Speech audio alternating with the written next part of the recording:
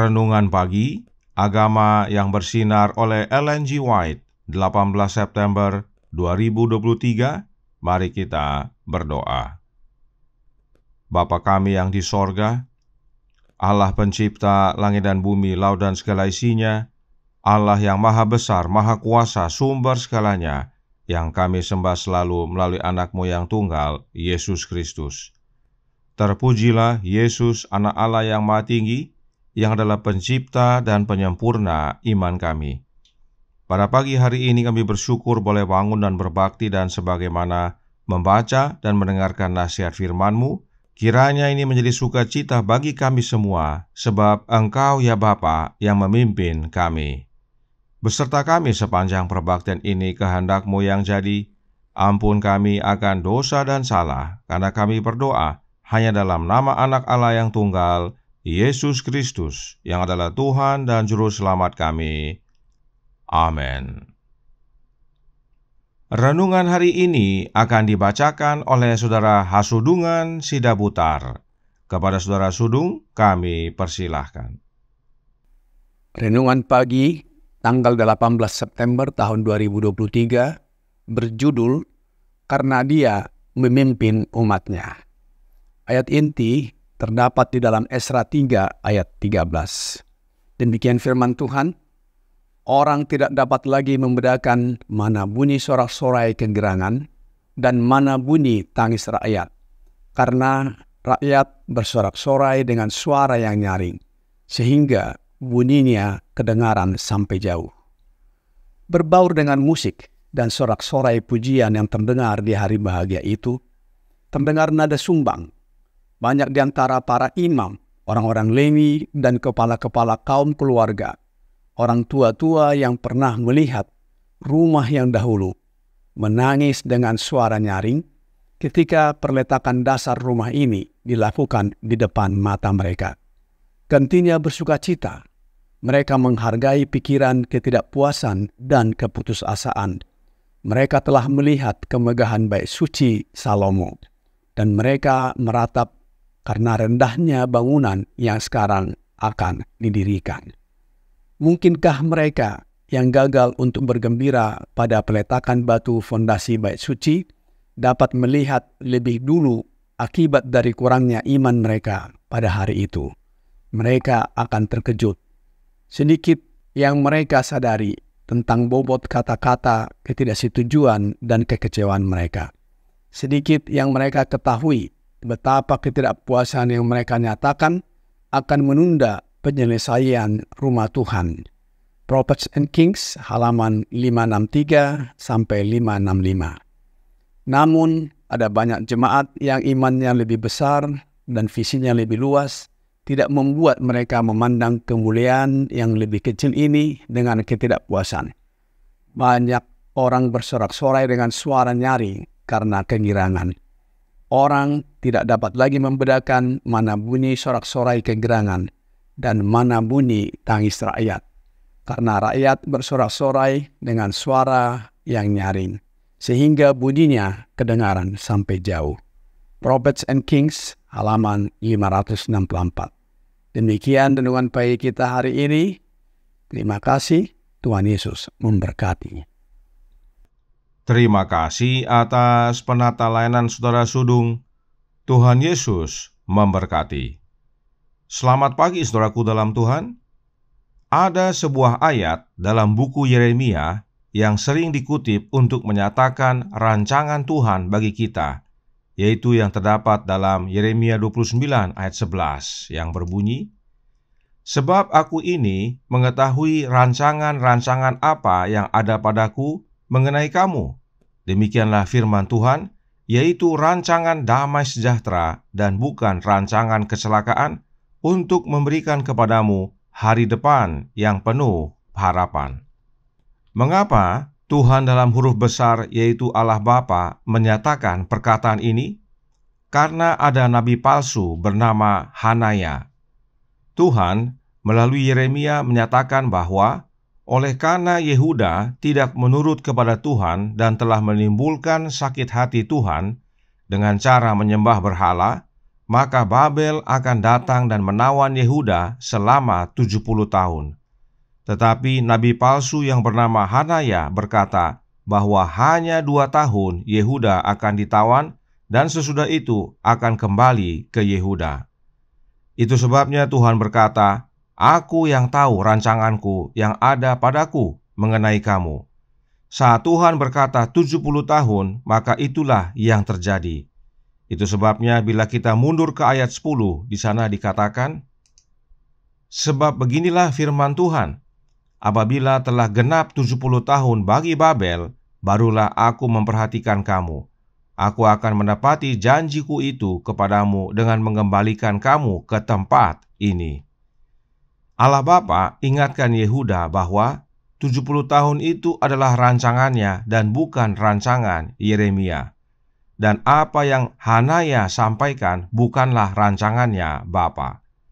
Dan meski Bapa merancang untuk Yehuda ditawan 70 tahun, namun itu adalah rancangan damai sejahtera yang memberikan kepada orang-orang Yehuda hari depan yang penuh harapan. Sebab dalam masa 70 tahun tersebut terjadi pertobatan. Itu sebabnya Allah berkata dalam Yeremia 29 ayat 12-14 berkata, "Dan apabila kamu berseru dan datang untuk berdoa kepadaku, maka aku akan mendengarkan kamu.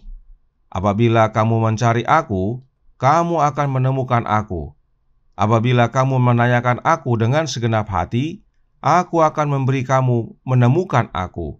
Demikianlah firman Tuhan, dan aku akan memulihkan keadaanmu dan akan mengumpulkan kamu dari antara segala bangsa dan dari segala tempat kemana kamu telah kucerai beraikan. Demikianlah firman Tuhan, dan aku akan mengembalikan kamu ke tempat yang dari mana aku telah membuang kamu." Dan benar, setelah genap 70 tahun, terjadilah apa yang Allah Bapa telah rancangkan. Karenanya Roh Nubuat berkata dalam The Review and Herald tanggal 28 Maret tahun 1907 paragraf 11 yang berbunyi, "Mereka yang mencari Tuhan bersiap untuk memanfaatkan kesempatan luar biasa yang diberikan oleh Kores untuk kembali ke rumah mereka dan memulihkan bait Allah." Dan inilah yang terjadi. Umat yang sisa dari Yehuda pulang ke Yehuda untuk membangun kembali Yerusalem serta bait Allah. Mereka bersukaria dan bernyanyi. Tapi di tengah-tengah sukacita tersebut masih ada yang menangis. Itulah yang renungan hari ini katakan, ada nada sumbang. Orang-orang tua yang pernah melihat kejayaan masa lalu menangis sebab yang mereka lihat sekarang di bawah harapan mereka. Orang-orang tua Yehuda seharusnya melihat bagaimana pimpinan Tuhan berlaku atas bangsa Yehuda, gantinya hanyut dalam kenangan masa lalu. Sebab itu semuanya punya akibat.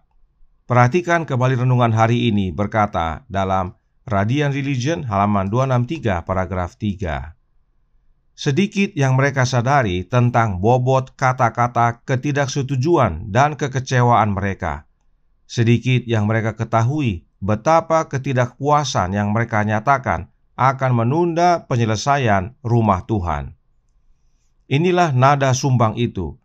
Tidak hanya merusak lagu pujian dan sukacita, tapi juga proses penyelesaian rumah Tuhan. Untungnya, masih lebih banyak yang imannya lebih besar dan pandangannya lebih luas, sehingga pekerjaan pemulihan dapat diselesaikan. Sebab mereka bukan melihat ke masa lalu, tapi ke masa depan, di mana mereka dapat berhubungan kembali dengan Allah. Review Herald tanggal 28 Maret tahun 1907 paragraf 20 melanjutkan. Umat sisa yang setia yang telah kembali sangat terhibur dan terdorong oleh penetapan kembali persembahan bakaran setiap hari. Dan mereka sekarang dengan sungguh-sungguh melakukan persiapan yang diperlukan untuk pembangunan kembali bait suci, agar mereka dapat memulihkan semua pelayanan kuno rumah Allah. Ini adalah nasihat yang penting bagi kita semua. Meratapi masa lalu adalah nada sumbang dan akan menghambat pekerjaan Tuhan. Mereka yang meratapi masa lalu adalah karena kehilangan kebanggaan masa lalu. Roh Nubuat berkata dalam Prophets and Kings halaman 565 paragraf 2 yang berbunyi, kemegahan Ka'bah pertama dan upacara keagamaan yang megah di dalamnya telah menjadi sumber kebanggaan bagi Israel sebelum mereka ditawan. Namun ibadah mereka seringkali tidak memenuhi kualitas-kualitas yang dianggap paling penting oleh Allah. Kemuliaan bait suci yang pertama, kemegahan pelayanannya, tidak dapat merekomendasikannya kepada Allah. Sebab satu-satunya yang bernilai di matanya tidak mereka persembahkan. Mereka tidak mempersembahkan kepadanya pengorbanan roh yang rendah hati dan jiwa yang remuk. Bagi Tuhan, bukan bangunan yang utama, tetapi kondisi hati kita. Manusia sering sibuk dan bahkan bertengkar karena pembangunan gereja, lupa bahwa Allah Bapa tidak melihat bangunan, tetapi hati kita. Untuk apa bangunan gereja indah dan megah, tapi di dalamnya banyak umat yang hatinya tidak remuk? Karenanya, saudaraku dalam Tuhan, tidak perlu meratapi masa lalu. Kita harus maju dan memandang ke depan, percaya bahwa rancangan Allah Bapa adalah rancangan damai sejahtera yang memberikan masa depan yang penuh harapan. Karenanya kita patut bersukacita dan bernyanyi memuji Allah, sebab Bapa pimpin kita melalui anaknya. Tuhan memberkati. Saya bawa dalam nama Yesus. Amin. Mari kita berdoa. Bapa kami yang di sorga, Allah pencipta langit dan bumi, laut dan segala isinya, Allah yang maha besar, maha kuasa, sumber segalanya, yang kami sembah selalu melalui anak-Mu yang tunggal, Yesus Kristus. Terima kasih atas nasihat yang menguatkan pada pagi hari ini. Bagaimana Engkau memimpin kami ya Bapa. Rancangan-Mu adalah rancangan damai sejahtera bagi kami, dan karenanya itu memberikan masa depan yang penuh harapan. Meskipun melalui masa-masa sulit, tapi itu untuk demi kebaikan kami. Karenanya tolong kami ya Bapa, curahkan roh anak-Mu dalam hati ini, sebab hanya oleh kehadiran Kristus dalam hati kami dimampukan untuk menjalani kehidupan di dunia ini, entah senang atau susah, hingga pada akhirnya kami tiba di negeri perjanjian. Beserta kami sepanjang hari ini kehendak-Mu yang jadi. Ampun kami akan dosa dan salah, karena kami berdoa hanya dalam nama anak Allah yang tunggal, Yesus Kristus, yang adalah Tuhan dan Juru Selamat kami. Amin.